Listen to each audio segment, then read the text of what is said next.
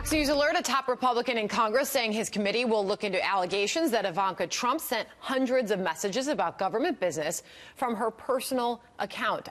Outgoing House Oversight Committee Chairman Trey Gowdy calling on the White House to provide more information on this, writing to Chief of Staff John Kelly, quote, Mrs. Trump's use of personal email account for official communications may implicate the Presidential Records Act and other security and record-keeping requirements. Joining us now, Congressman Mark Walker, incoming House GOP Conference Vice Chair and member of the House Oversight Committee. Congressman, thank you for your time this morning. Where do you stand on what should happen? We heard from your colleague, Trey Gowdy. Where do you stand on what should happen next based on what we're learning about Ivanka Trump and her use of private email for government business?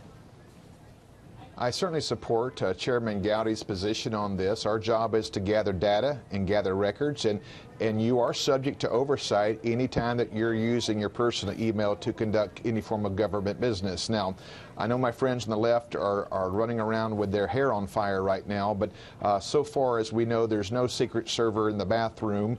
There's no acid wash or bleach bidding going on. And this ultimately, not to rehash it, this was about Hillary Clinton's human struggle in life to be able to tell the truth.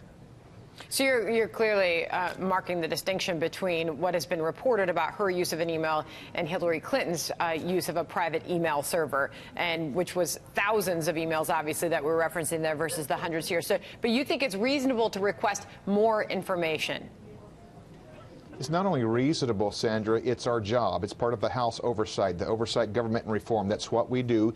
Right now, it's just record keeping. It's data collecting. We'll get that information and follow through on it. But whether it's Republican or Democrat, that's our position to follow through on such incidents or matters. Yeah, we talked to Ari Fleischer earlier on this, and his sentiment was similar. And he also made the point to use common sense here based on what we're hearing and what is reported. Listen.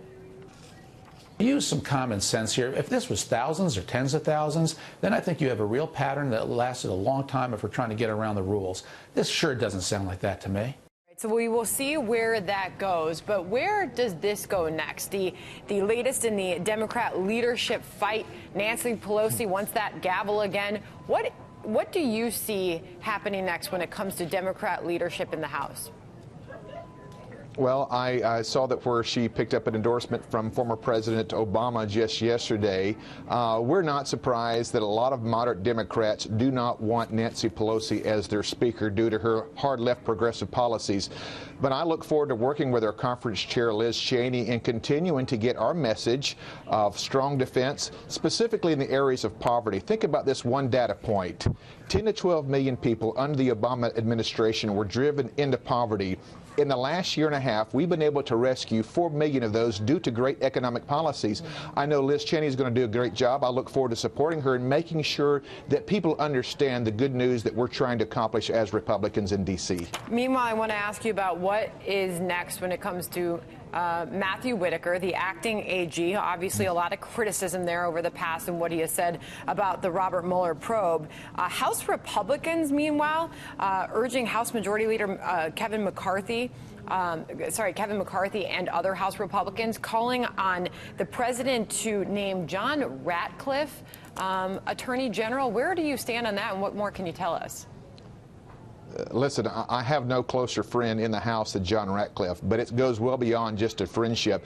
If you look at his vast experience, we would not know about some of the DOJ and FBI abuses had it not been some of his questioning with Comey and Strzok. This is a guy who is not timid, yet he is measured in his comments, and this is the kind of individual that I believe has the integrity and character to fill such a position. I certainly join Kevin McCarthy, Mark Meadows, and many others who would recommend John Ratcliffe for Attorney General to the president. Interesting.